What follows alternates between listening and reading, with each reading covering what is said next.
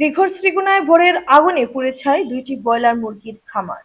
দিঘর শ্রীকোনা এলাকায় শনিবার ভোরে ভয়াবহ অগ্নিকাণ্ডের ঘটনা ঘটেছে। স্থানীয় ব্যবসায়ী সুভাষ দাসের দুটি ব্রয়লার মুরগির খামার সহ মুরগির ঔষধ, দানা এবং অন্যান্য জরুরি সামগ্রী পুড়ে ছাই হয়ে গেছে। আনুমানিক ক্ষতির পরিমাণ প্রায় 50 লক্ষ টাকা। সকালের প্রথম প্রহরে আগুনের ফেটে পড়ায় খামারগুলো দ্রুত আগুনের কবলে পড়ে।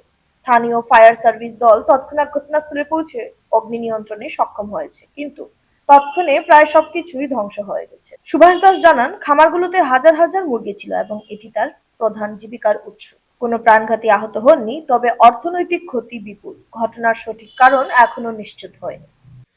দুইটা ফার্মে মুরগ প্রায় 5 থেকে 6 হাজার আছিল।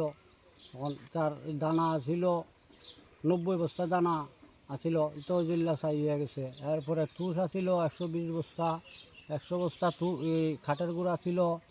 এরপরে এই দানার বাসন বুসন মিলাইয়া দাম ছিল আরও 5টা, আর বাসন আছিল আরও 300, আর ছোটো বাসন আছিল 200। এটা সম্পূর্ণ জেলা বসি হয়ে গেছে। আমরা ক্ষয়ক্ষতি হয়েছে প্রায় 25 থেকে 30 লাখ টাকার মতন ক্ষতি হয়েছে। এখন আমরা তো আর বাঁচারই উপায় নাই, এখন কী করা।